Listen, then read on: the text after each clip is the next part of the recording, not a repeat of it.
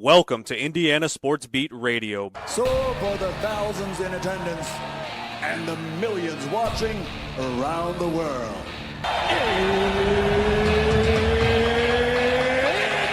Time! Three on the way. Oh! It went in! It went in! And Indiana wins the ball game! Know your role and shut your mouth, you jabroni! Float game for the win! Ayla's gone. Come on, touchdown, Indy! Woo! IU! America! They got a football team now! It's pretty simple. I win. Google me. You know that I'm the cream of the crop. Now, here's Jim Coyle. Live and in color, baby. Welcome aboard. Happy Thursday. Jim Coyle with you as always, and glad to be with you. And happier that you're with me. Hope your day is started off well. Your week is as well, because it's toward the back end of it. On this Thursday, you've got one more day before the weekend, but it's kind of hard to celebrate the weekends when, there's not a lot that's going to be happening as far as the weather. Indiana basketball returns to the confines of the Simon Scott Assembly Hall on Saturday to host the Wisconsin Badgers in a game that Badgers? We don't need no stinking Badgers. In a game that they could certainly use in the win column to secure an NCAA berth. Without doubt, that would help. Hey, before I forget, we got these game balls. Big Game has them, and you can go to biggameusa.com to get them. But these are the actual. I was looking at a picture yesterday, the dive of Fernando or a throw rather, and this is the actual ball. This is the actual college game day ball that I'm holding, and it's got it's kind of stamped in there the CFP 2026 IU logo. Yeah, pretty cool stuff, man. Oh boy, it just makes you want to throw this thing, but wow, you can smell the leather. Oh, mercy. How's everybody doing? Big Ten basketball's doing pretty damn well, I can tell you that. 48 quad one wins. This was before last night, so anything that may have changed that. The Big 12, only conference that has more. Of course, you're looking at Arizona and Kansas with 49. But the Big Ten is also the only conference that has 5 teams with 6 or more quad one wins. We've got 4 with 10 quad one or quad twos. 14 of the 18 Big Ten teams are ranked or have at least one quad one win. And 13 Big Ten teams are in the top 75 of the net, and 13 teams are in the top 75 of KenPom. So, I keep saying that, like, Indiana really needs to win that game Saturday against Wisconsin, mainly because it's a home game, and Wisconsin's a solid team, but they're not the upper echelon. So it's a game that Indiana kind of needs to win without having to prove more. If they get that win, I think that they can par out, win a game at the Big Ten tournament, and be fine as far as making it in to the NCAA, partly because the Big Ten is that strong this year. The metrics numbers are bearing it out. Indiana's own metrics numbers are pretty damn good. So you just gotta the USC loss. I mean, it doesn't hurt you. It just would have helped you immensely. It would have almost replaced having to beat, say, Wisconsin. But that's just my thoughts. Doesn't mean a lot. Hope everybody's doing well. Appreciate you joining us, no matter where or how you're listening. I mentioned that football earlier, and there's also that commemorative football that you can go to thehoosier.com. It's on there, but I thought I had some pictures of that thing, man. It's like 3-panel sided with all the good stuff on it. Oh, there you go. National champions. It's got 3 different panels. It's one of the balls that you keep. That other one was like a game ball. This is one that you put the trophy case. It's got the logos on it. And you just go to Nico Sports. I think I made that. Yes, maybe I did not. It's easy. I am going to just go to nicosports.com, and that is NIKCO sports.com. That will get it done for you. I'm going to put that up. There you go. For those that are following, but it's NIKO. No, I'm confusing you already. NIKCO sports.com. NIKCO sports.com. NicoSports.com. You can find the ball right there. Pretty cool stuff. That's one that people are going to want to put in the trophy case. Pretty cool business. But yeah, have at it, baby. Have at it. Have at it, people. You got to get the goods while you can get them. You know, everyone talks about once in a lifetime deal last year with Indiana, and maybe it will be. I mean, for Indiana fans especially, but you know what? Maybe it won't be. Can they do it again next year? Hey, I don't know. Maybe. Things have to go their way.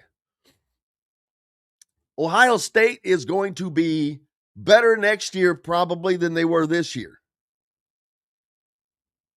You've got Jeremiah Smith and the quarterback back, amongst others, amongst just replacing the machine-like parts that are heading to the NFL. Look at the draft boards. You see where the players are coming from. But, I mean, hey, the schedule was tough this year. They navigated it. Who's to say they can't do it again next year? Very possibly. They're going to have Ohio State at home, and that's going to be a tough game. Michigan on the road. Which will be tougher? I mean, obviously you would think the road game would be, but what will Michigan be like in Kyle Whittingham's first year? We'll see. Bo Lamar Jackson back for OSU. Julian saying, thank you very much. I don't know why I can. That's the easiest name in the world. Just saying. Just saying. Yeah, they're going to be loaded, man. But that's okay. Michigan State, lost at Minnesota last night. Uncle Phil pointing out they now have 3 home-ranked wins. That is Minnesota, Indiana, Iowa, and MSU.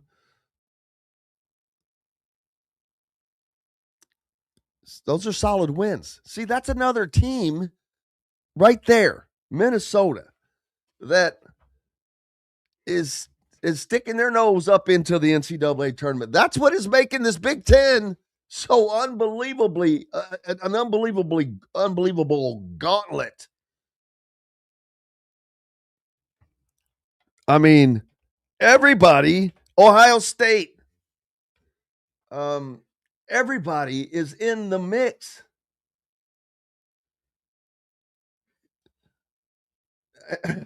This is deeper than the SEC football thought they were. These are legit teams. Let's see. Washington. All right, no. Washington's the first team out of my. Indiana's the bottom of the sustainable, is what I'll call it. 1, 2, 3, 4, 5, 6, 7. 7 Big Ten teams. No bueno. Washington on down. But guess what? One of those teams is Minnesota. They're 4-8 in the Big Ten Conference. They're only 11-12 overall. But they have 3 big-time wins. A couple of wins that Indiana would like to have. They'll have the opportunity. They get Michigan State at home. I just think that Michigan State's only going to lose so many of those.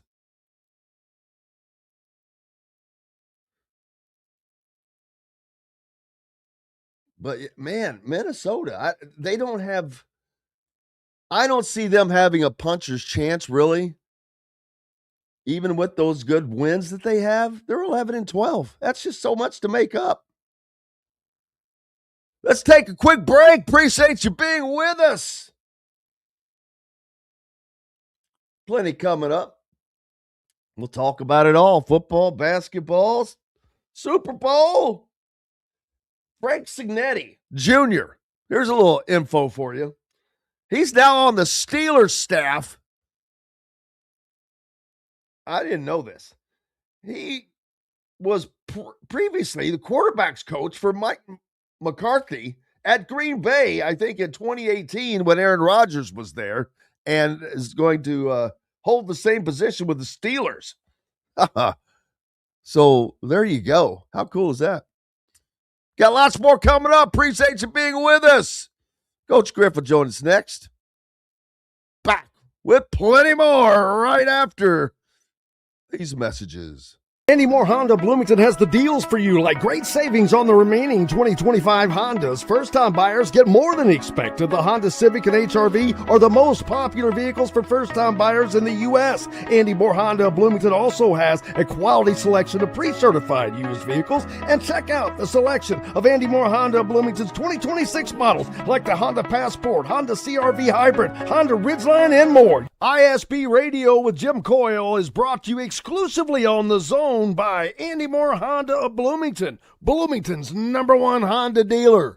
If you're looking for a new home in the Indianapolis area, you need Cheryl Sizemore from Brick and Ivy Realty. Cheryl Sizemore has over 2 decades of experience, and that could be the difference in getting the home you want in today's tough housing market. Reach out to Cheryl at CherylSizemore@gmail.com or 317-701-0838. That's 317-701-0838. Let Cheryl Sizemore sell or find your new home today. Zach Browning here to tell you about an offer you simply can't pass up. If you're looking for the best coverage of Indiana football and basketball, which includes recruiting, weekly chats, podcasts, as well as access to the best national team out there, then look no further than thehoosier.com. The best part, it's just $1 for the first week. Oh, and did I mention that you get a full year of access to The Athletic when you sign up? You can't beat the coverage, and you can't beat the deal. So head over to thehoosier.com today and sign up for just $1. It'll be the best decision you ever made. Bored, Bloomington? Dave & Buster's can fix that. Eat and drink your way through our all-new menu. Play half-price games every Sunday through Thursday. Watch all your team's wins on a 40-foot screen and 30 HD TVs. And level all up with the high-flying human crane that puts you in the game. Private game suites, our exclusive arena, and more. Only at Dave & Buster's on 731 South College Mall Road. Welcome back, Indiana Sports Beat Radio on this Thursday. Glad to have you along. Joined now by Coach Griff. How's it going, man? Doing well. Got your Super Bowl picks made? You know, this is I go back and forth on this one. I've thought about the experience that Seattle has, especially on the offensive side of the ball. But you look at New England and they've just kind of scrapped their way to the top again, playing some gritty defense and, offense that takes advantage of a defense's mistakes. So I think it's going to be a good game. Yeah, well, we'll certainly find out. I think so too. We'll find out, but I think the Seahawks will pull it out. We'll see. Kind of way I'm leading. Yeah, I just think you can't foreshadow the experience at the quarterback position that Seattle has, but I tell you, the May kids played well. College football, college sports, I guess in general, right now, it's just going through a continued period of, I don't even know what to call it.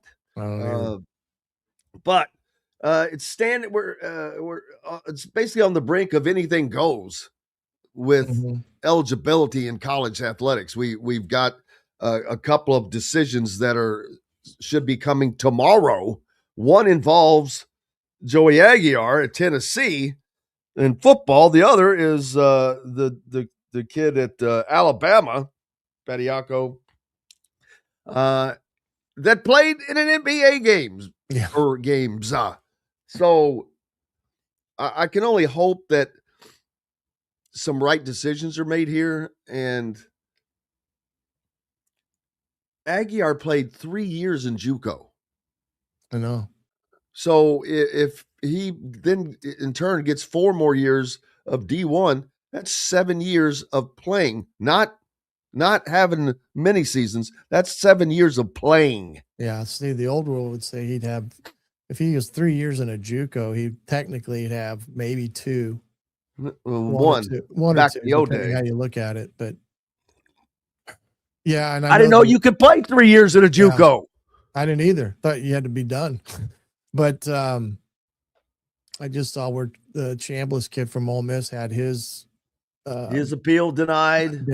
And I think the NCAA had a pretty good rebuttal to the courts about if they start tying the hands of the NCAA when it comes to eligibility, it'll become unlegislatable. There will be no way to define what is the final year or how many years somebody can or cannot play. Do they leave for 2 years and come back? Do that, all those things. So at some point in time, this is where, like you said, the judicial system is going to have to side with the NCAA on this stuff and not open up the can of worms that it's kind of already opened a little bit in that respect. But it's I don't know. It's like, I'm feeling like it's becoming to the point where we're starting to creep into the wild, wild west of things. And we kind of said that a couple of years ago. Oh yeah. It's just growing because not only are we talking about Trinidad Chambliss from Ole Miss, this is the program that is under the microscope right now for the litmus test for tampering, as they have been called out publicly by Dabo Swinney from Clemson, and that's going to be interesting to see how that goes. But and then let's see, LSU was the first investigation by the new sports commission. And so, of course, everything starts in the SEC, where a ton of these fights are going on. You've also got Diego Pavia trying to hang on, have one more run with the Lollipop Guild, and but we'll see how it turns out because these decisions are coming tomorrow, so they're going to impact huge. I'm really interested in seeing how the one with the basketball goes. Bediako. I mean, man, first of all, the judge was a booster of Alabama. That was just mind-boggling, and then he recused himself. But we'll see how it goes, man. It's most of these have been going against the NCAA. Nothing is going to change until they get this out of the state courts. You've got 50 different freaking states that are deciding 50 different things, and it's all because these politicians want a little me time. Yeah. And if anybody says anything different, they're full of crap. This is about trying to grandstand. Oh, I'm going to get some votes. I'm going to do something for the school in my state. Yeah, shut up. You don't know anything about sports. You don't know anything about what's going on. Yeah, once you get it, we know legislatively if they start getting to that point, we know what that brings to the table in terms of adding more chaos to the system.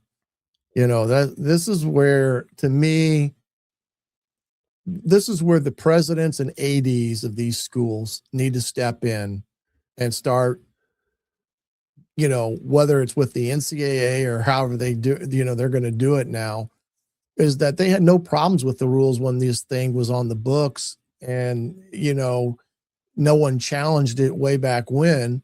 But now it's all of a sudden becoming challenged because of course, the money aspect of things. The money. It's all about the money. And that's the old argument. If they're not allowed to play, they're going to be irreparably harmed. Yeah. Horse crap.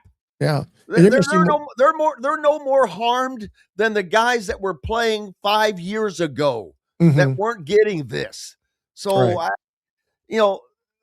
I'd say, hey, I was irreparably harmed. You didn't offer me the money, and you should have. So, I mean, that's and the reason why you're seeing more and more of this, especially, a guy's a really good college football player. Let's just look at Pavia, for instance. He's probably not going to get much in the NFL, if any.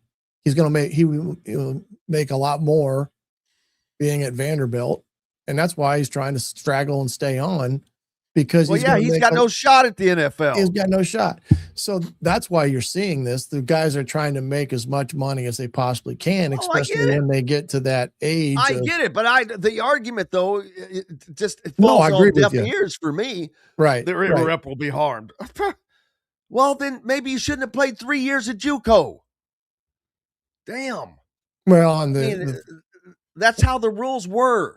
Yeah. And the fact that no one, like we said, challenged this ruling or eligibility standards prior to this thing, popping open last couple of years. It's beyond me why the presidents and ADs haven't stepped in and had a more resounding firm front, but you can even see in that it's not firm. I mean, the Chambliss kid at Ole Miss, their AD and president came out and basically went after the NCAA on a stupid ruling, So, I mean, it's nuts right now, and there is none. And look, Indiana benefited by it this year with Lewis Moore. He got that extra year. Yeah. And so, the courts are getting involved way, way, way too much, but that's the society we live in. Again, agents and politicians are loving this because this is more money for the agents and me time for the politicians, most of which know the absolute diddly jack. And if I just will always reference former coach Tommy Tuberville, who 2 years ago or a year ago used Indiana as an example on why football needed to change. How his quote was, Indiana went out and bought them a football team. When you're that ignorant and your platform is this, maybe you should, and you're a freaking former D1 coach, maybe, just maybe, you might want to check your facts. Now he's running for governor. But those are the people that are doing this. And this guy was a former D1 coach in the SEC, no less. So it just shows the ignorance of it. Just it's just like marijuana to me, versus alcohol. One is 10 times worse than the other, but one has a stigma like 10 times worse than the other. It's just dumb because it's ignorance. Yeah. It is sheer uneducation. That's all it is. Yeah, it's definitely that. And like you said, I think it's it's somehow, some way they've got to get the guardrails up or this thing. If you want to go after an athlete, one of my athletes, you go after one that doesn't do the right things. You don't downgrade him because he does everything right and may not play as well on Saturday, and you let us make that decision. That's why I don't read the newspaper, because it's garbage, and the editor that let it come out is garbage. Attacking an amateur athlete for doing everything right. And then you want to write articles about guys that don't do things right and downgrade them, the ones that do make plays. Are you kidding me? Where are we at in society today? Come after me. I'm a man. I'm 40. I'm not a kid. Write something about me or our coaches. Come after me. Get your facts straight, baby. Yeah. Just a blast from the past there from Mike Gundy. He's enjoying his millions of dollars that is in his bank account. Exactly. Right Thank you, T. Boone Pickens. Thank you very much. Appreciate that. Yeah, absolutely. I think the other thing you brought up was the tampering thing that, Clemson has on Ole Miss, and Kurt Cincinnati came out in yesterday. Yeah, and talked about it. I wish he would have named them. Yeah. With Dabo taking the lead, this is not going to stop with coaches just saying, well, we've got tampering. They've tampered with us. Well, yeah, we've seen tampering. Well, yeah, there we say it. Call these people out, damn it. That's like especially with who the school was. He made a big deal out of it. Well, call him out. Yeah. Why are you? I don't understand. He is not. Kurt Cincinnati is a guy that normally does that, but I understand not wanting to. I mean, he's had a lot thrust at him in the last 2 years. And he's handled it pretty damn well. So I understand not wanting to try to be all of a sudden be the face of college football, a la, say, Nick Saban. Mm-hmm. But he is the voice of common sense and the voice of black and white. So call them out. Call them out. Was this a Big Ten school or an SEC school? It's one or the other. Mm-hmm. Because of, I'm just guessing the way he said you would be surprised by the school. Yeah, it'd be interesting. Would be surprised because they're looked as being the shiny, do it all right school, or a school that you wouldn't think have the type of money to offer $1 million to one of these players. But at least Dabo, and I think he's correct, he brought the receipts, so he's got the evidence of what went on. But he also said, if you're not going to come to the forefront and start naming names of all this, then don't complain. Don't complain. Exactly. And that's that. I mean, that's the thing that he's trying to get other coaches to do, is basically come forward and say, yes, they're doing it. Yes, they're doing it. Here's the receipts and who they did it with. And then it's up to enforcement. I couldn't believe all the information they had, first of all, that Dabo had. I mean, so I have to wonder, did the kid tell him everything? He must have, right? Yeah, because he was the one to give him the text. Yeah, and he's also, did he end up at Ole Miss? Yeah, because they offered him like $2 million. I mean, what's your buyout? We'll pay that and pay you this. I mean, that's the crazy part of all that. And I don't know how you police that other than, it being brought to the coach's attention, which these kids usually do, because they're going to trot into the office and say, hey, coach, so-and-so offered me $1 million. Are you going to be able to match it? And that's the only way they're going to do it. And like Signetti said yesterday, these agents that represent these guys, or so-called agents, are calling coaches and teams all over the country every year, shopping their kid around that they have, trying to find out who can get them the best, dollar amount. It's a 1-year proposition. And that's the one thing too, that comes back to the idea of collective bargaining and having some parameters within this system that, you're going to have a 2-year deal, 3-year deal, whatever it's going to be. But you're not going to have that until you have all the others in place. So I don't know what the answer is. We can sit here and say, yeah, it's common sense, but you know how that works in the world. Common sense. Common sense. What the hell is common sense? That's right. Exactly right. Sometimes the simplest answer is the most difficult to comprehend. Yes, it reminds me of one of the great lines in Smokey and the Bandit when Buford Justice is told, the fact that you're a sheriff in Texas is not germane to the situation. And his response was, what the hell did Germans got to do with it? Exactly. Classic movie. Yeah, baby. Yeah. And college football, geez. Next year ends 1 week later. I know. After this year's crap show of 25 days without a game. Why? Please, someone give me a reason as to why. Why won't they just come out and say, we're doing this strictly for the money? Just say it. Say it. There's no other reason to not play the games. Mm-hmm. Well, I think the coaches all want this thing to end sooner.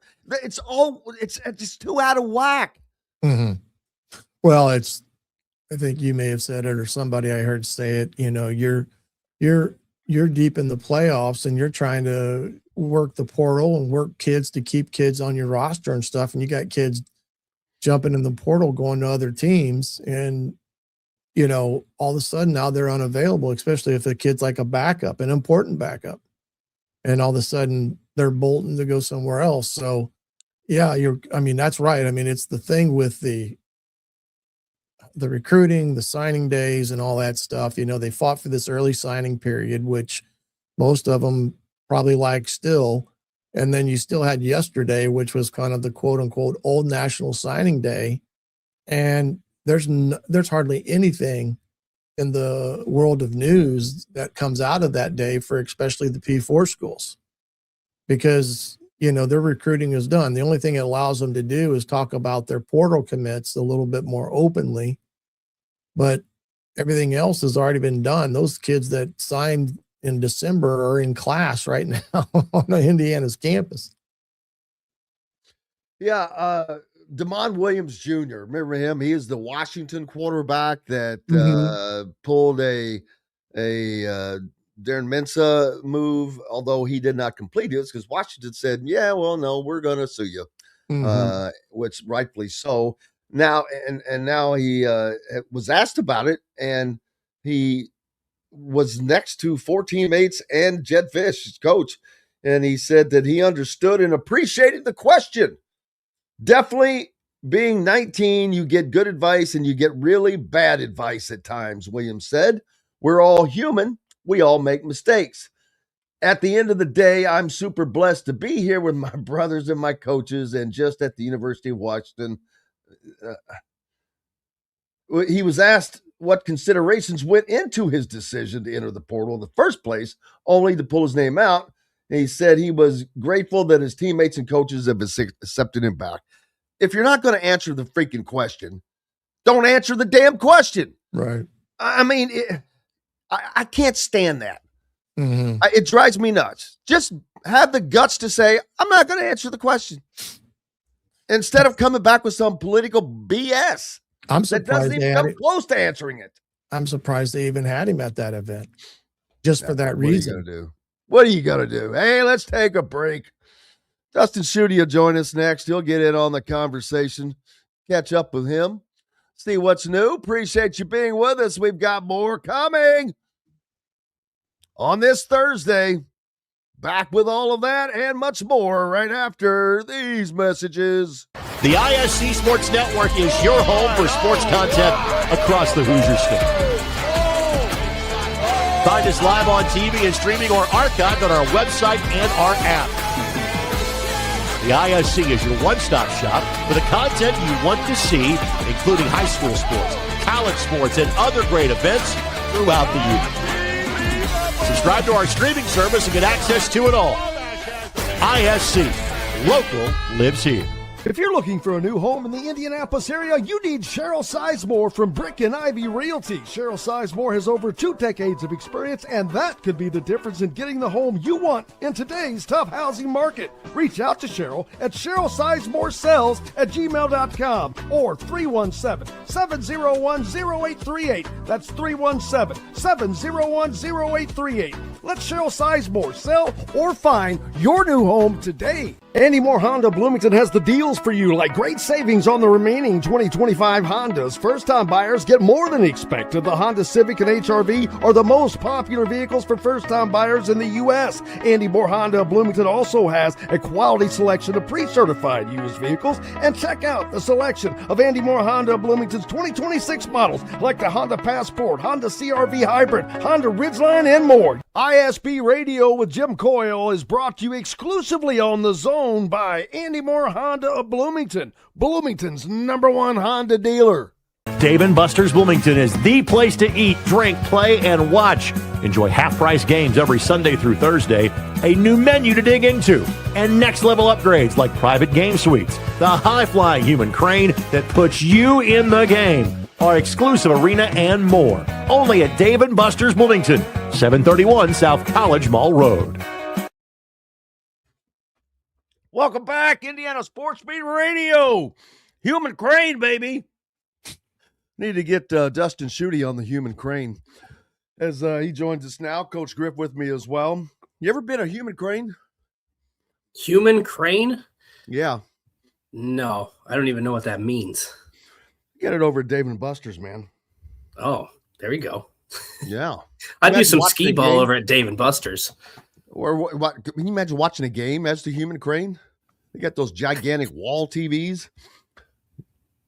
Have the waiters walk around. You could be lowered down to pick up your order and taken back up. You got to drop down to pick up your chicken wing and eat it on the way up. There you go. Exactly. Yeah, exactly. Man, Purdue football, I don't know how, with as bad as they have been, but they still keep managing to land some really enticing players. And I'm like, wow, it's impressive.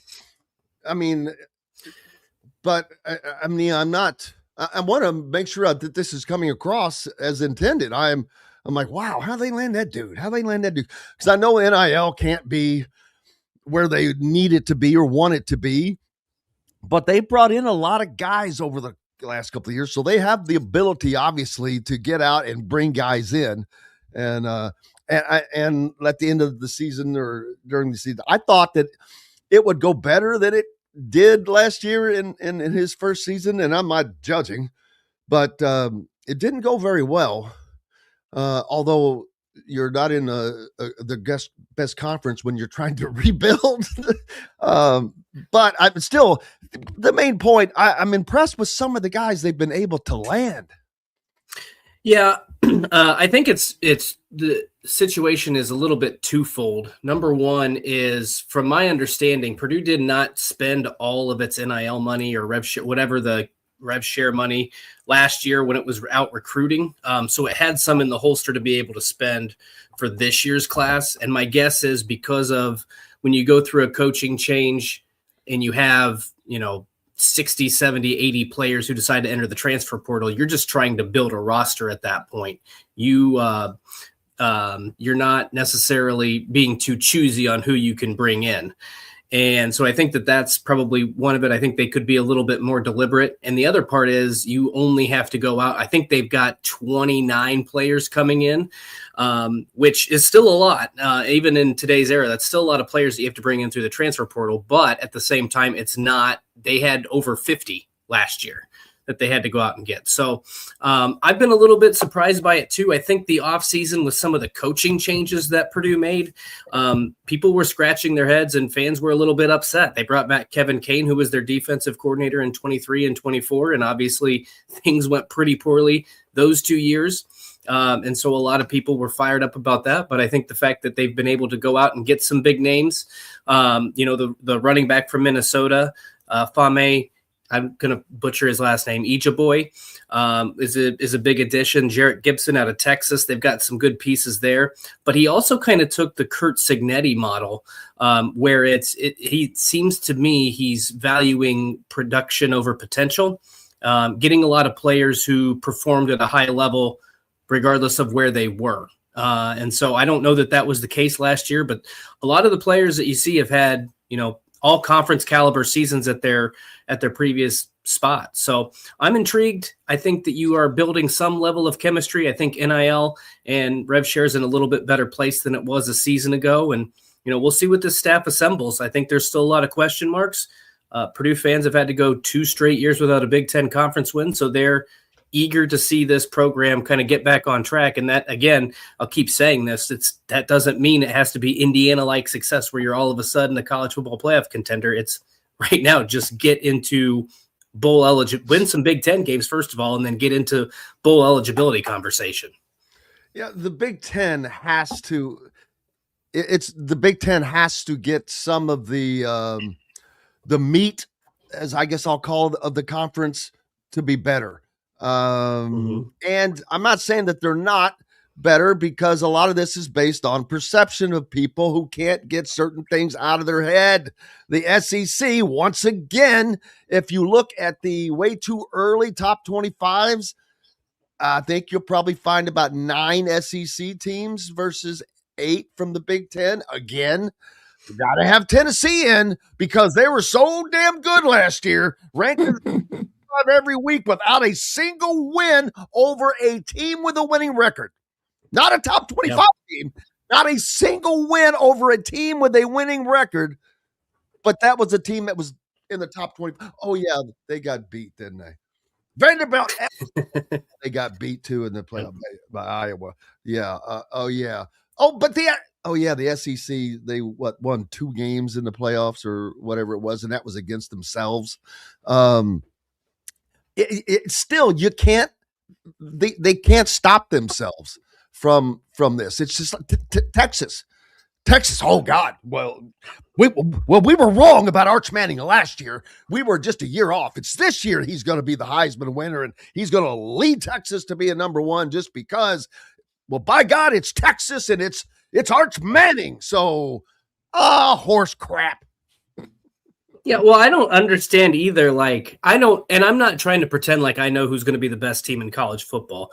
But when you look at the polls and looking ahead to next season, there's a lot of people that will have Texas in the top 3 or 4. They'll have Ohio State number 1. They'll probably have Alabama in the top 10.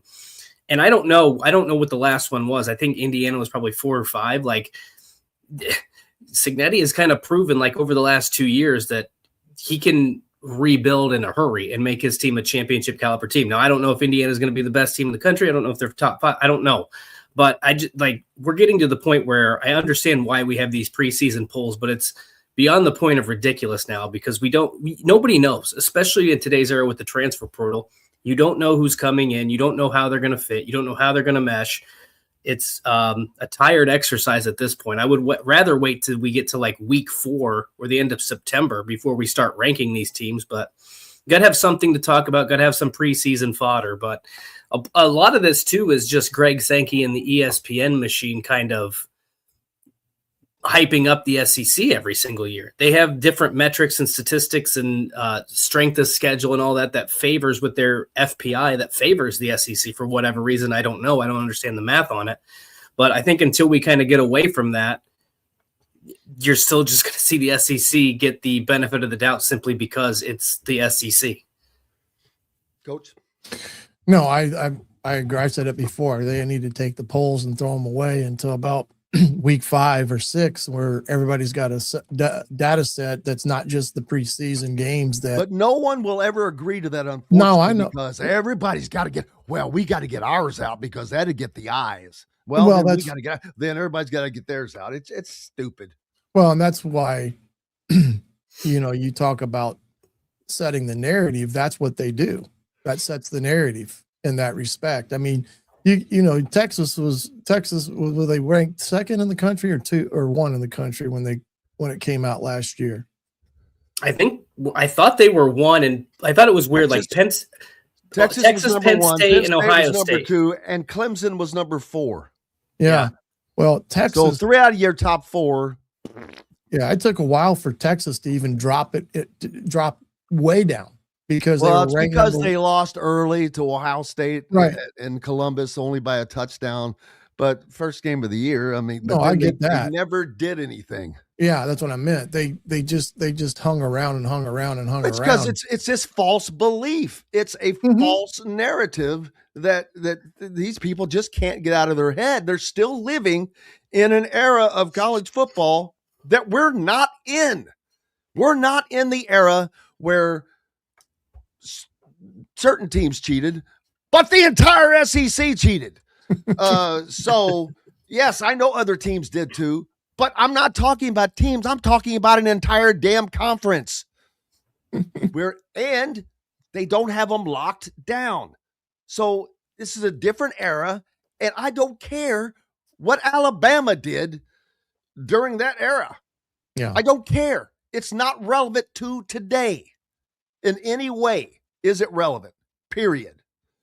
Tennessee is already ranked again. Don't even know if they're going to have their quarterback back. But yet, they're ranked. They're this. Really? How in the hell can you make that determination? Ignorance. Well, and I think, a few years ago, even, I thought it was I wasn't as up in arms about not having the preseason poll as some other people, because there was a point in time where you actually knew who was coming back. You could make it off of you could make an educated guess as to what the top 25 would be. Didn't mean it was perfect. Didn't mean it was ideal, but at least you would have, now you have no idea. You got 20 to 30 kids leaving every program. And you've got I remember the Texas A&M situation in what year was that? 2019, 2020, something like that, where Jimbo Fisher, maybe it was even the 2020s when Jimbo Fisher brought in this heralded best class of all time. And that team ended up going 6-6 or 7-5 or something. You just don't know anymore. And they're never going to not put out a preseason top 25, but I don't know what you base it on at this point. It has to be simply on the quarterback and the coach and nothing else, because I have no idea how some of these teams were ranked. And what's weird to me is some of these teams in the SEC, if you get I don't know do you guys remember where Indiana and Vanderbilt were ranked in the preseason last year? I have no idea. But I think they were Indiana was probably around 20. I was going to say they were something like that. In the top 20. And I thought they were 19, but I don't remember Vanderbilt. Did they drop out a week or not? I'm trying to think they dropped out for a week.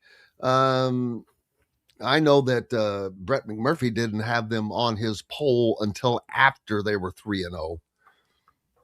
Well, but the point being is yes, it seems like the SEC teams get the benefit of the doubt when they don't, when there's question marks there.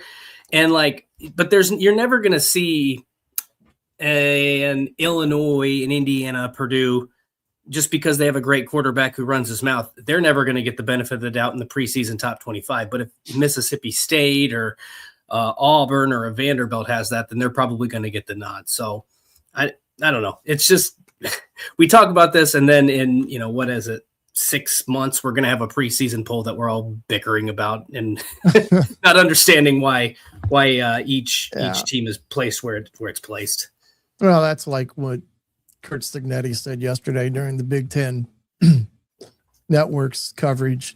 I I think they also asked him when he was on the Triple Option podcast with Urban Meyer they were talking about preseason schedule, and he ultimately just said, "Who cares?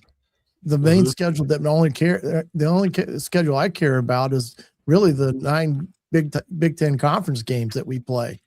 Who cares what you play in the preseason? Because ultimately the conference is the most important avenue." And I don't think there's any way that the SEC keeps that P4 requirement going forward. I think that they rescind that because the Big Ten has yet to match it. And I've not heard anything to suggest otherwise that they're going to. So I'm like, you know what? I think they're going to end up sticking where they are, and the SEC will end up dropping that requirement.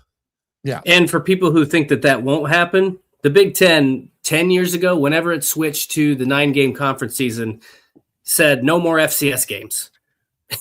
And that requirement went by the wayside mighty quickly. It became a thing where if you don't have enough home games, you could schedule one if that's the only way you can get. And now it's like, who cares? So I agree with you. I think the SEC at some point is just going to say, to hell with it. We just need to get as many wins as we can for this conference. Whatever. The teams have won a national championship, obviously, doing that. So why do you care who you're scheduling on your out-of-conference schedule?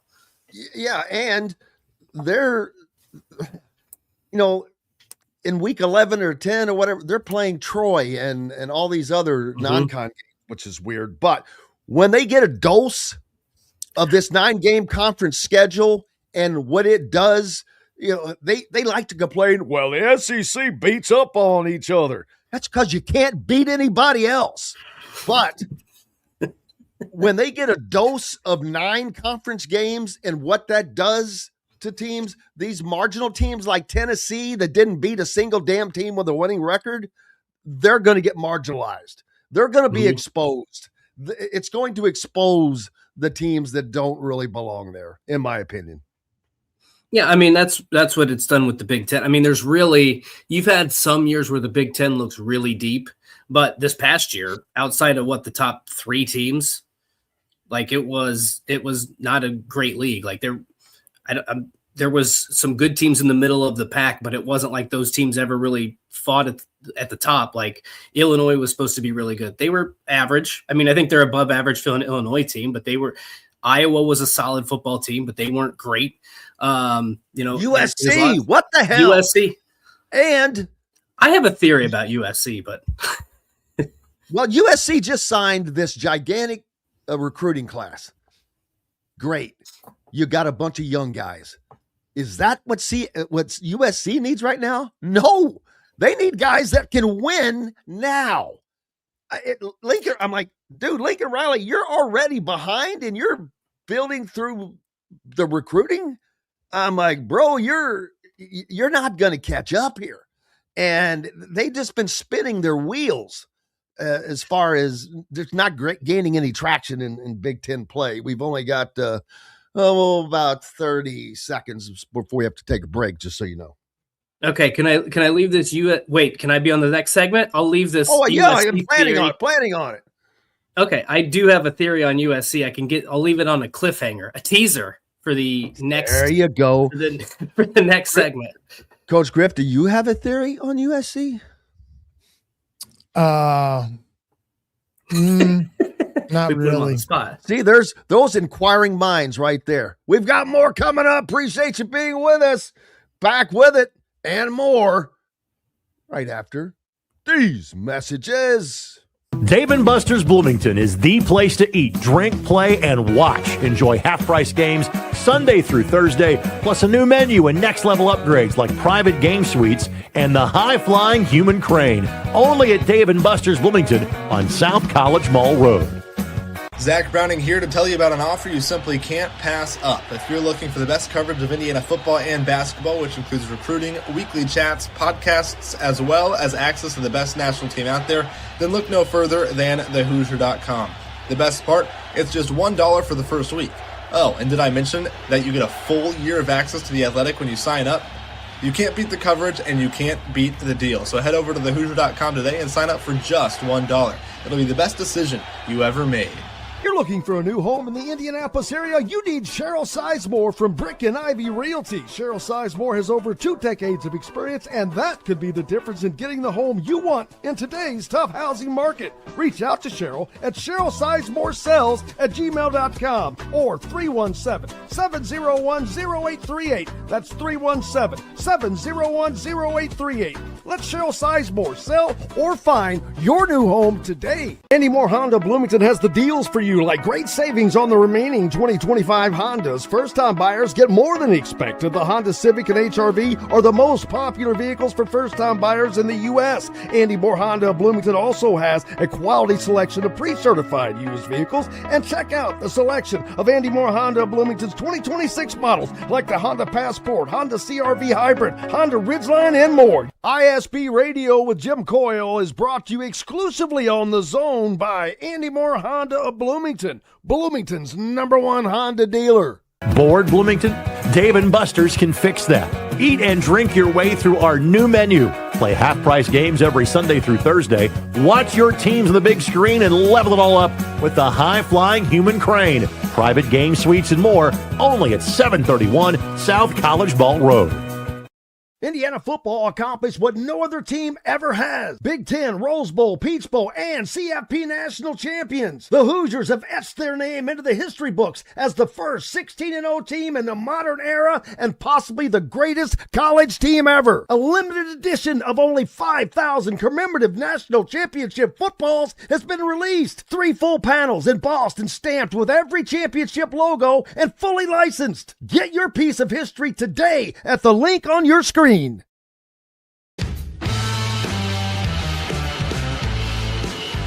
Welcome back, Indiana Sports Beat Radio. It's Thursday. Dustin Schutte with me right now. And go to Nico Sports, NIKCO Sports.com to get that commemorative football.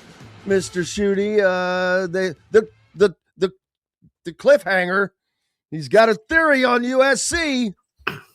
Yeah, people are probably going to be disappointed when they hear my theory, but so when Lincoln Riley was at Oklahoma, he was coming off of, behind Bob Stoops, and Lincoln Riley never had a bad season. That team was consistently winning Big 12 championships.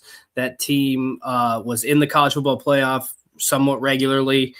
They were winning, they were winning Heisman trophies. So Lincoln Riley knows how to coach. At Oklahoma, I think he had the power to recruit the players he wanted to recruit, the players he knew fit his system, and the players he knew could win at Oklahoma and at a high level. I don't think he has that same power at USC. I think because of the fan base, I think because of the boosters, the donors, I think Lincoln Riley gets told the players he's going to recruit, which speaks to your comment, Jim, about the fact that they bring in a lot of young guys, a lot of 4- and 5-star talent. How do we know that those guys fit into what Lincoln Riley wants to do? How do we know that those guys, are the kind of coachable guys that you need to be able to run his offense? Now, somebody over here said Riley can't coach defense, and that's true. Like, his teams have never been very good defensively, and that does make a difference. But I also just don't think he gets the same jurisdiction over the type of players he's recruiting. I think the USC boosters have a hand in that, and the reason I also say that is because look at the coaches that nobody has been successful at USC since Pete Carroll left in the early 2000s. So I don't think this is simply just a Lincoln Riley problem. You're telling me he went from winning 10 to 11 games every year at Oklahoma to now he's barely breaking 500 at USC? I know the Big Ten's a better conference, but he was also winning the Big 12 in Oklahoma when Texas was in there. And I think that you get he had probably some help from Bob Stoops. Bob Stoops got a lot of respect in Oklahoma. Probably nobody questioning his ways. USC, I just feel like he's not allowed to recruit his own players, at least to an extent. And if there's a 4- or 5-star kid in California, I think there's hey, you need to go get this kid, or we'll handle the situation. We'll handle the recruiting, and then you just coach football. I think Lincoln Riley's way too good of a coach. If they were 9-3 every year, 10-2, I would just say that's a tougher conference. But they're barely cracking 500. And so I think there's something to that.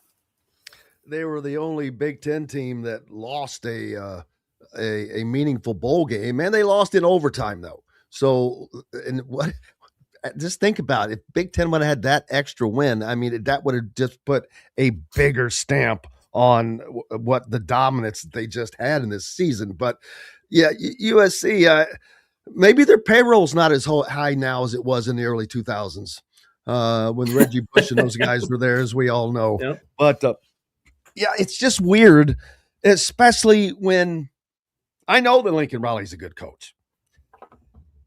It just seems like he's still trying to build like it was 5 years ago. And it's like, dude, hello, look around. Is there a chance Bob Chesney catches up to him?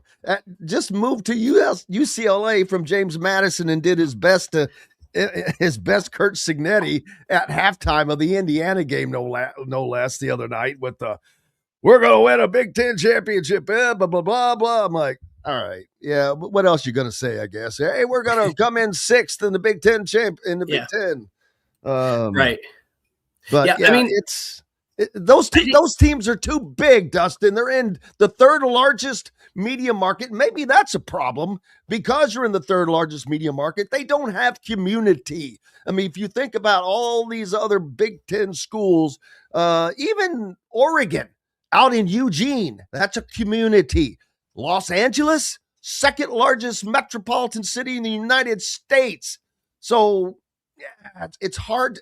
The Lakers, the Kings, the Rams, the Chargers. My God, it can go on and on and on. So, but you would think with the long time success of USC, of UCLA, the tradition that, I saw former UCLA quarterback Troy Aikman talk about him. You know, he sent some NIL payments and he said, yeah, I won't be doing that anymore. I forget what happened. The kid transferred out or something and never played. And he's like, what the hell? So yeah, it's another thing. Until they get this stuff, I mean, people are just throwing money at this, and not everybody, but they're just, we've got to get it under control. So there are rules. Damn. There are rules. It's probably the one time, I don't know this is probably the one time Jim Coyle and John Calipari ever agreed on anything. Boy, I heard that yesterday, and damn it. I was like, son of a. But of all people, again, I know this is a guy who, let's just say, lived his life at Kentucky when he recruited 10 out of 11 number one recruiting classes. Right. Oh, they just didn't find their way there because of no reason at all. And it wasn't just because it was Kentucky. That's all I'm going to say about that. But it cracks me up. Nick Saban is the biggest hypocrite of all of these people. Oh, yeah. I'm sorry. I think he's the greatest coach in college football history. That's not, but I also think what I think.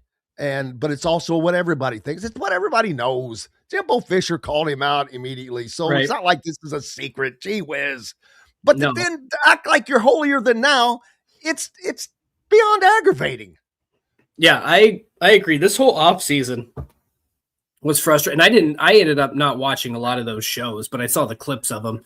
And I mean, just the things that he would say, it's like, we're not that stupid. But I think to your point, I think we have to get to a point where we're signing contracts.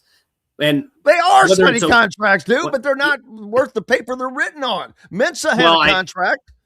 It kept Damon Williams at Washington. So some of them have some merit to them. The threat did. Right. And so I don't know all that goes into it. Yeah. So but yes, I agree wholeheartedly with you. And I think those have to be proven to be good. You need to start calling out verbally the tampering, call it out.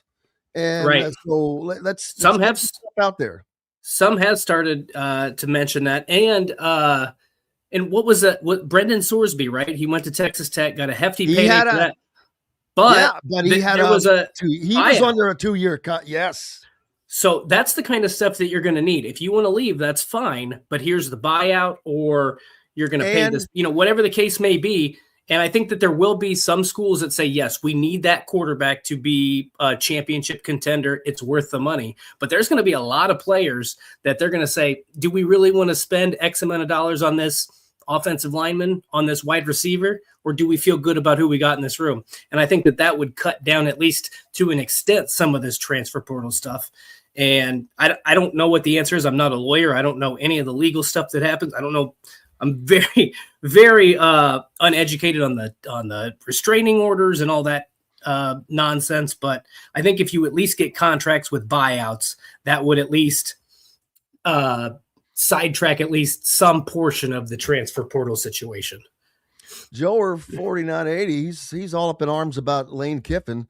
Think that he is the guy leading the charge. He I'm sorry, there's a long line before you get to Lane Kiffin. It's just, and I don't even care. Just they need to get a hold of it, man. Hey, what about this is a great mention, by the way, Russell mentioning that Indiana Senate Bill 27 creates the Northwest Indiana Stadium Authority, which is empowered to issue 40-year bonds to build a new publicly financed stadium in Northwest Indiana for the Chicago Bears. Is this a possibility, man? I mean, yeah, it's a possibility, but I'm saying, is this a real possibility? Would Illinois, after already a year ago being, there was a portion of Illinois that there was talk of succession to Indiana. I'm not kidding. Google that. There was a section of Illinois that was, I don't know how serious it got, but just to see that, I'm like, what are we in the Civil War? They're succeeding from their own state now. But wow, that would be, I remember years ago, the Louisville Slugger. Of course, everybody knows what the Louisville Slugger is, the world famous baseball bat.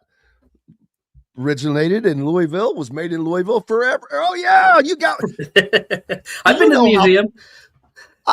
I have too. I used to live down in Southern Indiana. I bought them for many other people, never for myself. And I'm like, dude, why have I never done that? And now they're double the cost of what they were. Yeah. But it is pretty cool. If you go down there, you can get your own bat made. They put your name on it, or you can watch it. But anyway, they moved for quite a while across the river into Clarksville, Indiana. So the Louisville Slugger was being made in Indiana, and it just didn't have, So it reminds me, the Chicago Bears coming to you from Northwest Indiana, which I know all these stadiums. Dallas Cowboys, they're in Irving, Texas, which is between Dallas and Fort Worth. There's so many teams that are not in the cities. They're like kind of far out. New York, the Jets and Giants are in East Rutherford. New Jersey, the Meadowlands. Yeah. So I'm not a big, like Chicago's leadership and the state of Illinois' leadership is puzzling to me, but that's a different conversation we're not going to get into. But here's what I think we could change Chicago Bears, the Monsters of the Midway. Can we get it to the Monsters of Munster or the Monsters of Merrillville? Something along those lines. Monsters of Munster or Munster of the Midway, something like that. Like Munsters. Then they could be the Munsters. Exactly. The Eddie Munsters. You could have Halloween games. We got lots of theories if the Bears move to Indiana. There's an ESPN NBA guy that just every time I see him, I'm like, oh, Eddie Munster. It's just weird. Anyway, I don't want to get off on that. But hey, that would just be crazy, man. Indiana would have, in essence, 2 NFL teams. Yeah. No question, it would be the smallest state to have 2 NFL teams in it by population. I mean, because generally speaking, Ohio, they got a ton more people in that state. And New England, well, they're in outside of Boston. So, I mean, if you wanted to say Green Bay, they don't have two. No, if you wanted to say New Jersey, because technically those two teams, the Jets and the Giants, are technically playing in New Jersey, you could. But I don't know how that worked. They only have one stadium. They share a stadium, so it's not like they're taking up a ton of real estate in the state. Brian doesn't think Chicago will happen, which I cannot argue with that, because again, I think that would be a gigantic blunder for the state of Illinois in so many ways. The revenue, what the hell are you making on the Bears if they're not even playing in your damn state? Your state, the stadium's not there. All the things that go on around the stadium that you would build, restaurants, bars, it would be a gigantic boon to Northwest Indiana and our friends that listen to us there on WJOB each day and across the entire Chicago metro area, Chicagoland. But that would be awesome. And there's a ton of Bears fans up. I grew up in that area. There are a ton of Bears fans up in that area, so they would not hurt on the fan support up there. It would be that would be a unique thing. I don't think it's going to happen, but I think it's a fun conversation to have, and it just kind of like, there's this like little bit of a rivalry between Chicago. At least I have one between Chicago and Indianapolis. It'd be kind of funny if Indiana stole the highlight team out of Chicago. Is it would it be the Bears or the Cubs? Who's the highlight there? I would think it's the Bears. Question. The Bears, but I don't know. The Cubs might have a bigger fan base. The Bears have less stigma. And that's true. They have a less stigma of losing. They didn't go so long being a loser, and not just being a loser, but the Cubs sucked for so long. They did. I'm like, yeah, they did. They were awful. Yes. Well, hey, I've called my Reds or the new Cubs, but how do you go that long and suck that bad in a city that big? I know. That's poor management, man. Well, you should ask Mike DeCourcy about that with the Pittsburgh Pirates the next time he's on too, because they're getting up there too. They're in Cubs territory with how poorly they are run. And that's another thing I didn't think about. But Brian talks about growing up a Bears fan, and I remember when I was up there for Indiana and Marquette. God dang it. I'm leaving right after the Bears game had let out. Oh boy. And I mean, my hotel was right down there, and I'm like, I'm navigating through Shore Drive. What's it? Something Shore Drive? Yeah. Lakeshore Drive.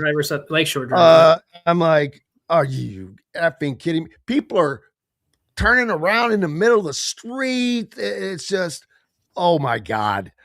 But Brian points out, now these people would have to drive through all the toll, or I guess there's not really a toll there. Maybe there is, to get to that. I don't know how they would do that. Indiana would fix it so they didn't have to get tolls, I would think, because that would really aggravate people. But that just creates more driving, more traffic every Sunday. But hey, Indiana doesn't give a smack. They'll take it right now, baby. If it's going to be an economic boost to the state, they're absolutely, and especially that area that could really use an economic boost, they will gladly take it. I promise you that. So if Chicago slips up with that, which again, I can't imagine they're that dumb, but there's a lot of things and a lot of people that are really dumb that that still continue to surprise me. So maybe it would happen. I just can't imagine it will, but we'll see. The United Center to Soldier Field is not a fun drive.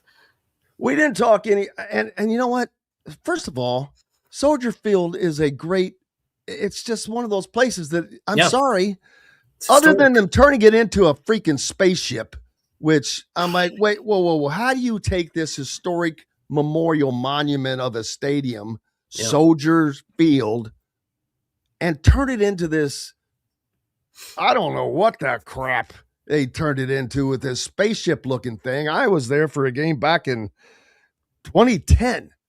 And it was a clash of styles, but I guess they need more sweets. But I'm like, really? You all can do that, but you can't just put the sweets in? But maybe it's the parking. Maybe it's all of that. I don't know. I'm not up on that stuff. So taxes and tolls. There you go, Uncle Phil says. Politics loves it. Ridiculous. Taxes and tolls. That's it, brother. What's up next for you, sir? Oh boy, just we didn't get to talk much about it today, but we can next week. Purdue's got Oregon on Saturday. Let's talk about it now. Let's talk about it now. We didn't talk about basketball. Purdue is going to be a 4 seed or better, maybe a 3 seed. It'll be difficult once they get through the Big Ten tournament because, man, you've got Michigan and Illinois they're really surging. Good. They're surging. Those two teams are going to be fun to watch. If they're not in the championship, unless they're on the end, that'll be a surprise. But can you imagine semifinal games of Michigan and Nebraska, Illinois and Michigan State? Yeah. Then there's, wow. It's going to be fun. Will you be heading to Chicago?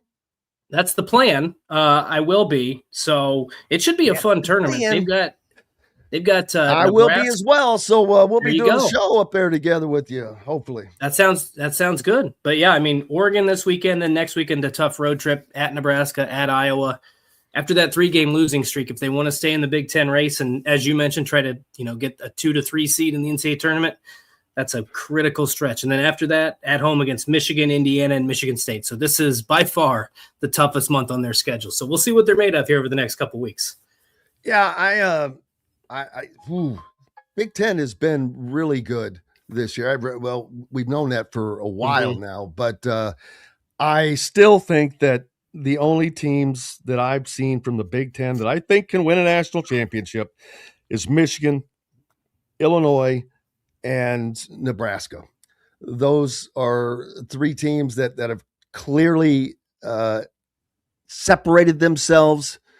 Illinois, with the emergence of Wagler, that dang freshman who put 46 on Purdue in West Lafayette, which, wow. And he was not someone that you expected to be the guy. And in Michigan, they're playing really, really well. And then how about Jeremy Fears? Boy, Dusty May called him out when they put Michigan and Michigan State played. And then again the other night, he kicks the dude in the biz, in the junk. And Tom Izzo finally last night said, yeah, he's got some growing up to do. So he called his own player and said, I don't know if I'm starting the next game. You got to love Izzo. I mean, he's the only guy that'll do that kind of stuff. I agree. I like that he called it out. He got away, or I don't know if got away, but he was like, there were multiple trips and kicks in that game. A little bit Grayson Allen Jr. But the one thing I'll say is Dusty May really doesn't have room to talk. He had a really dirty team last year and that got away with a lot of that same kind of stuff. Like Vlad Golden was not the cleanest player. So if you ain't cheating, you ain't trying, baby. Well, there you go. And so, yeah, I mean, it's a fun conference. How about Minnesota beating Michigan State last night? And then Illinois just running. I don't think Minnesota has a chance really at making the tournament. They're 11-12 overall, but they have 3 great wins. They do. But if they could get above 500, maybe do they get to that crown tournament? I mean, and that would be a good thing for them. I'm not saying that's the ultimate because goal. They would be the first. They might end up being the first or second option out of the Big Ten either way. Right. So if they can get actually an automatic, isn't it? Or do you have to have a winning record? Yeah, I don't. That's a good question. I would doubt that you have to have a winning record to go to the crown tournament because the Big Ten this year, there's a line of separation and where it just kind of drops. And not sure if the teams below that will have a winning record. But what's up next for you, brother? Just headed to West Lafayette this weekend for Purdue, Oregon. And then I think you're going to have Matt Taylor on this show. You got to tell him if he's in the hub. I've got his shirt on today, the Touchdown INDY shirt. So shout out to Matt Taylor. I will definitely let him know. I think that's in our opening. Jonathan Taylor. I can't remember. It's hard to remember. But I appreciate you, Dustin Schutte from Purdue SI. Give him a follow if you're not already. He gives you all kinds of content. Even all right, Super Bowl favorite, whatever that you're making. I like Mike Vrabel. I think I put preferred. I'm talking about food here, man. Food. Oh, food. Oh my gosh. I don't know. Probably a meatball dish and some buffalo chicken dip. Like a meatball sandwich type situation. And I got a what's it called? Like a 3-ring crock pot maker. So we could do meatballs, buffalo chicken dip, and then I got to figure out a third thing to make here. Anything Mexican or cheese? You could do you could do a nacho cheese or a queso. Nacho cheese, man. It's nacho cheese. That's right. Oh, Gritty, your favorite fan. Biggest fan. Appreciate you. Always good to have one. Appreciate you, man. All right, take care, Jim. We'll talk next week. Yes, sir. Dustin Schutte joining us. More coming up here on Indiana Sports Beat Radio. Matt Taylor will join us a little later. Back with more right after these messages. Andy Moore Honda Bloomington has the deals for you, like great savings on the remaining 2025 Hondas. First-time buyers get more than expected. The Honda Civic and HR-V are the most popular vehicles for first-time buyers in the U.S. Andy Moore Honda Bloomington also has a quality selection of pre-certified used vehicles. And check out the selection of Andy Moore Honda Bloomington's 2026 models, like the Honda Passport, Honda CR-V Hybrid, Honda Ridgeline, and more. ISB Radio with Jim Coyle is brought to you exclusively on The Zone by Andy Moore Honda of Bloomington, Bloomington's #1 Honda dealer. If you're looking for a new home in the Indianapolis area, you need Cheryl Sizemore from Brick and Ivy Realty. Cheryl Sizemore has over 2 decades of experience, and that could be the difference in getting the home you want in today's tough housing market. Reach out to Cheryl at CherylSizemoreSells@gmail.com or 317-701-0838. That's 317-701-0838. Let Cheryl Sizemore sell or find your new home today. Zach Browning here to tell you about an offer you simply can't pass up. If you're looking for the best coverage of Indiana football and basketball, which includes recruiting, weekly chats, podcasts, as well as access to the best national team out there, then look no further than thehoosier.com. The best part, it's just $1 for the first week. Oh, and did I mention that you get a full year of access to The Athletic when you sign up? You can't beat the coverage and you can't beat the deal. So head over to thehoosier.com today and sign up for just $1. It'll be the best decision you ever made. Bored, Bloomington? Dave and Buster's can fix that. Eat and drink your way through our all-new menu. Play half-price games every Sunday through Thursday. Watch all your team's wins on a 40-foot screen and 30 HD TVs. And level all up with the high-flying human crane that puts you in the game. Private game suites, our exclusive arena, and more. Only at Dave & Buster's on 731 South College Mall Road. Welcome back, Indiana Sports Beat Radio on this Thursday. Jim Coyle with you as always. Appreciate you being with us. Matt Taylor will join us here in a little while from Voice of the Colts. We'll talk some Super Bowl, but whatever else we can squeeze in there. Of the 13 Power 4 general managers and staffers that On3 spoke with, 12 mentioned USC as the highest spending program in the 2026 recruiting class. Talked about this earlier. With USC's needs, I'm just surprised that Lincoln Riley is not balancing his roster needs a little bit better. And not that I'm someone that needs to be questioning someone like Lincoln Riley, who's had a little more experience coaching at the D1 level than I have. But, and I'm not from a coaching standpoint. This has nothing to do with coaching. This is being a GM. And I think this is why you see so many teams that have GMs, because in professional sports, coaches don't have a lot to do with the players that are on the team. I'm not saying they have zero input, but generally, unless you're a Bill Belichick where you have GM roles or something like that, the general manager of course, he's going to consult the coach, but the general manager puts the team together. The best example, Moneyball. Great movie. Moneyball with Brad Pitt. Brad Pitt was the GM for the Oakland A's. Art Howe was the manager. They did not see eye to eye. Art Howe was doing it old school, the way that most other teams did. You know, what he thought, putting the best players out there. Billy Bean was the GM that Brad Pitt played, was using a different model of where he was just trying to use an algorithm of scoring runs of which players. And it was a great contradiction of who should play. And he ended up trading an all-star player away to put a guy in that had been an average player at best. But it worked out. But it's just a great example of how that's not college football today, but that's a piece of it.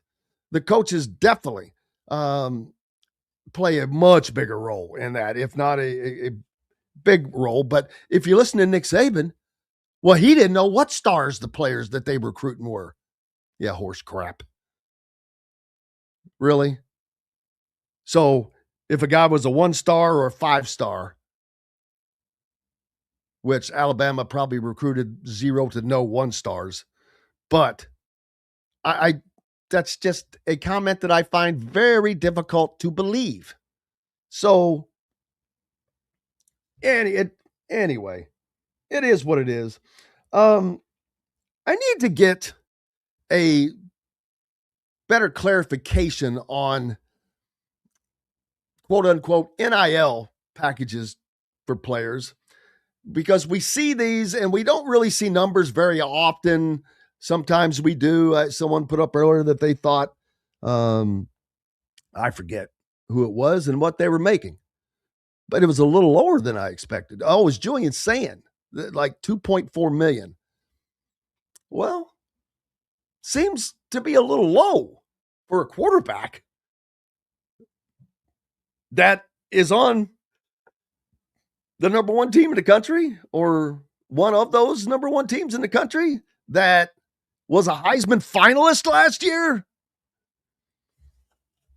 Now, but my question is that NIL only, or does that include rev share? Rev share, again, is the roughly 70% of the $20.5 million per year that schools can use to pay players. It's not NIL. That's rev share. NIL is something different. It's just more money. It's supposed to be name, image, and likeness, but it is not really that. It's like it's all being folded into one package. But and then they can make additional monies on top of that. Commercials. You see Elijah Surratt and the guys, Fernando Mendoza, of course, of late. And my God, that dude is going to make a mint just on endorsements. I mean, he's going to probably have some national endorsements big time soon. So you got that going for him, which is quite nice. Anybody remember Deion Sanders in Colorado and that splash 2 years ago and how it was the new thing and blah, blah, blah, blah, blah, blah, blah, blah, blah. Yeah, how's that going? How's that going? That was the most predictable result in a long time. You could tell that team was not put together well. It was not being run well. You can't run off 3/4 of your team, bring in a new 3/4, then have to do it again. Other than when you had a Heisman Trophy winner and his two sons who were NFL caliber players, boy, Things have not gone well at Colorado. So there's that. And the funny thing is, all this was going on at the same time. Kurt Cignetti was weaving his magic in Bloomington with much less fanfare. And it's just funny. It's just funny. And now Indiana is looking to run it back because they're doing the same thing that they've done, bringing in production over potential. They've got a top 30 recruiting class, which for Indiana, that's big. And I think it's, hey, they'll get even better. They're going to, but as long as they're anywhere close to a top 20 recruiting class, that should be all that matters, because they're going to have the right pieces. Just the makeup. Someone just asked, James asked, why isn't Dion coaching the Browns? Yeah, they have enough problems.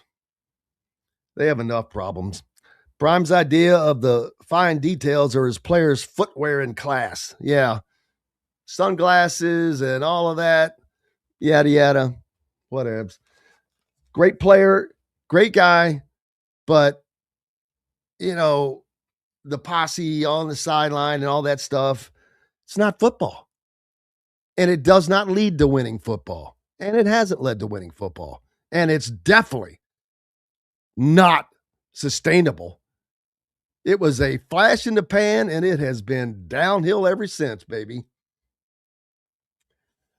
Speaking of teams that have gotten better, though, Oregon, Ohio State, Miami. It's funny. Next year, the CFP, we will probably see a lot of the same teams. Georgia, Indiana, Miami, Ohio State, Oregon, Texas Tech. LSU is being mentioned, but a big part of that, I'm sure, is because of the Lane Kiffin bump. I don't buy into any SEC team outside of Georgia. I'm not even giving any credence to being a top 15 team. Not until they do something. I don't care. I'm sick and tired of that mantra. Tennessee, how about you beat somebody with a winning record? And you play in a conference that beat nobody in the postseason besides yourself. I don't think Texas A&M was that good. I said that all along. I'm sorry. I just don't think that they were that good. Texas is already being lobbied as, they're going to be the best of the SEC. Arch Manning is going to win the Heisman. How about you let them play? Man. We've got to take a break. Matt Taylor is going to join us next from the Colts. We'll talk a little Super Bowl and whatever else we can squeeze in. Fred says Arizona flirting with being undefeated team in college basketball. Well, a lot of teams have flirted, but there's a long way to go. Long way to go. We're back with more right after these messages. The ISC Sports Network is your home for sports content across the Hoosier State. Find us live on TV and streaming or archived on our website and our app. The ISC is your one-stop shop for the content you want to see, including high school sports, college sports, and other great events throughout the year. Subscribe to our streaming service and get access to it all. ISC. Local lives here. If you're looking for a new home in the Indianapolis area, you need Cheryl Sizemore from Brick and Ivy Realty. Cheryl Sizemore has over 2 decades of experience, and that could be the difference in getting the home you want in today's tough housing market. Reach out to Cheryl at CherylSizemore@gmail.com or 317-701-0838. That's 317-701-0838. Let Cheryl Sizemore sell or find your new home today. Andy Moore Honda Bloomington has the deals deals for you, like great savings on the remaining 2025 Hondas. First-time buyers get more than expected. The Honda Civic and HR-V are the most popular vehicles for first-time buyers in the U.S. Andy Moore Honda of Bloomington also has a quality selection of pre-certified used vehicles. And check out the selection of Andy Moore Honda of Bloomington's 2026 models, like the Honda Passport, Honda CR-V Hybrid, Honda Ridgeline, and more. ISP Radio with Jim Coyle is brought to you exclusively on The Zone by Andy Moore Honda of Bloomington, Bloomington's #1 Honda dealer. Dave & Buster's Bloomington is the place to eat, drink, play, and watch. Enjoy half-price games every Sunday through Thursday, a new menu to dig into, and next-level upgrades like private game suites, the high-flying human crane that puts you in the game, our exclusive arena, and more. Only at Dave & Buster's Bloomington, 731 South College Mall Road. Welcome back. Indiana Sports Beat Radio on this Thursday. Joined now by our good friend Matthew Taylor, voice of the Colts. How are you, sir? I'm great, Jim. How are you? If I was any better, I'd be Matt Taylor, brother. You got to have bigger goals, man. Bigger aspirations in this life. I'm telling you, I know that you follow it along as a fan. I'm just looking Oregon. They've got Dante Moore that he's coming back wisely. Dylan Raiola from Nebraska has transferred to Oregon, and now his little brother Dayton, who had went to Nebraska and then left, is also at Oregon. So they're 3 deep at Oregon right now, which means they've got to be just on those 3 guys. It's got to be $6 million. Wow, I didn't realize that. Why do you think that's happening?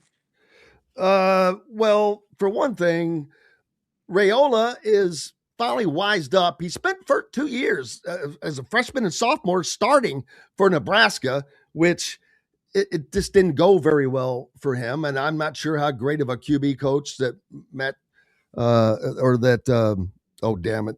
It's not Matt Campbell. Matt Rule. Matt Rule is, but you could just tell things they were just spinning their wheels. They, year before last, they were like 5-1. And then when Indiana torched them, and boy, they didn't win. They lost 5 straight games, barely made a bowl game. Sure. Then this year, Dayton, his younger brother, entered the portal before the season ended.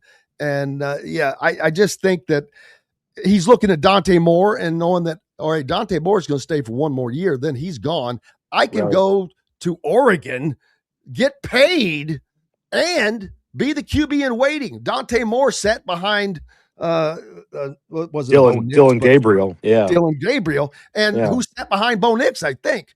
But and so they see this. It's kind of like the old NFL model, Matt. Yeah, I mean, I as it relates to the NFL model, I know it's not batting 1,000 by any means, but I'm very much, I subscribe to the theory of baptism by fire. If you're going to draft a quarterback #1 overall, or you draft a quarterback, in the top half of the first round, let's say, I mean, I want to see, you obviously need a quarterback, and your record kind of reflects that, and I want to see what you got. I think, the only thing you get better at when you hold a clipboard on the sideline is holding a clipboard. I want to see you play. And I think the only way you really, truly exponentially get better at the highest of levels is by playing and by getting experience. So I know the college model is different, especially now when kids can, basically it's wide open free agency every year. They can transfer up to as many times as they want. And, they can kind of chase the coaches and chase the development, which, no criticism at all. But that's kind of what Fernando Mendoza did, right? He chased the development and the expertise of that Indiana assistant coaching staff and the history of quarterback development from Kurt Cignetti. And he wanted to put himself into the best position possible to be a professional quarterback. Well, he did that on top of, being obviously on top, on a great team and having a great chance to win the national championship, which they did. So it's different now for kids and what they're prioritizing, and they're thinking long term. So yeah, it's fascinating. It's no longer about, hey, I want to play and I want to play right away. It's how much money can I make? how much can I capitalize my brand, and who can best position me for long-term success if I have aspirations of playing in the NFL. Well, yeah, and then of course we've got all these lawsuits that are going on as well with it's not all quarterbacks, but the higher profile ones are quarterbacks. Joey Aguiar at Tennessee, his deal will be it may not be decided tomorrow, but we're going to find out a lot tomorrow.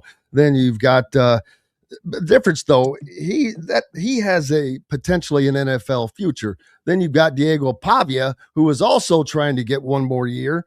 And he has zero NFL future, in my opinion, at 5'8", 7'8", or whatever he is. That's just how tall was Doug Flutie? He was probably. If I had to guess, he's probably. I mean, if he's 6 foot, he's 6 foot with tissue paper in his cleats. Yeah, I mean, Kyler Murray obviously was just barely over 6 foot, and I think if you can play, you can play. I mean, Baker Mayfield's obviously not the tallest guy.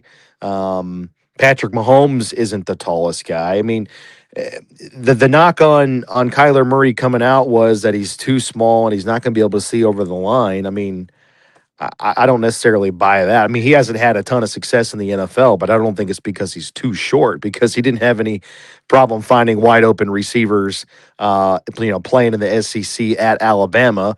And, that offensive line at Alabama, from a size and stature standpoint, is pretty similar to what you see in the offensive line. So, or the NFL offensive line, I should say. So, yeah, I don't necessarily, I mean, if you can play, I mean, there are things that I think, there are a couple of, like we talked about last week, there are, for every position in the NFL, you have to, for the most part, meet certain standards, speed, height, and wingspan, things like that. But there are exceptions to every rule. But more often than not, you have to have a dominant quality. If you're deficient in one area, you have to be really, you have to overcompensate that with something. Like Kenny Moore is a great example for the Colts. Like Kenny Moore really wasn't on the radar of Chris Ballard because he didn't hit those height and those speed prerequisites that he likes to have when he's looking at drafting corners. But they took a flyer on him because of his wingspan. He had unbelievable wingspan, and that's sort of like an overcompensating trait that he has that helps him get past, not hitting some of those benchmarks. And he's been in the NFL since 2017 and a Pro Bowl player and an All-Pro player, and continues to be one of the best players at his position at the nickel spot in the NFL. So there's exceptions to every rule. So yeah, I mean, some of these smaller quarterbacks coming out, if they can play and spin it, there's no reason why they shouldn't be still high on the radar of these NFL scouts. And something I failed to mention when I was talking about Dayton Raiola, the brother of Dylan, he's going to switch from quarterback to tight end. Oh, wow. Okay. I just wanted to make. Well, that makes a little bit more sense in terms of the money allocated to quarterback. Yeah, I was like, what the hell? I mean, what do you do if you're the other quarterback there? I'm like, bye. But yeah, but no, yeah, I agree with what you're saying. And it's just, boy, these is college preparing guys better for the NFL now, or with these guys moving around all these different programs, maybe they're learning more. Is this making them better players?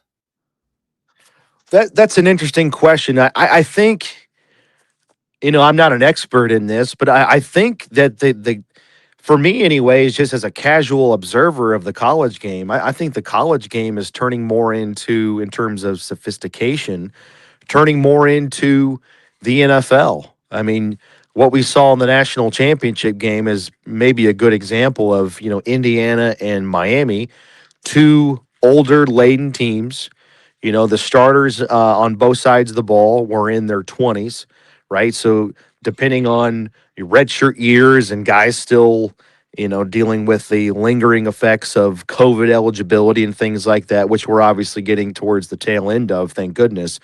But I mean, my point is, on both sides of the ball, starters from Miami and Indiana, you had 22, 23, and sometimes 24-year-olds. And I think that just made for a better brand of football because you have experience and maturity and wisdom and just high-level execution on both sides of the ball for those teams. And so that made it a better watch across the college football playoff landscape, I think. I really enjoyed it.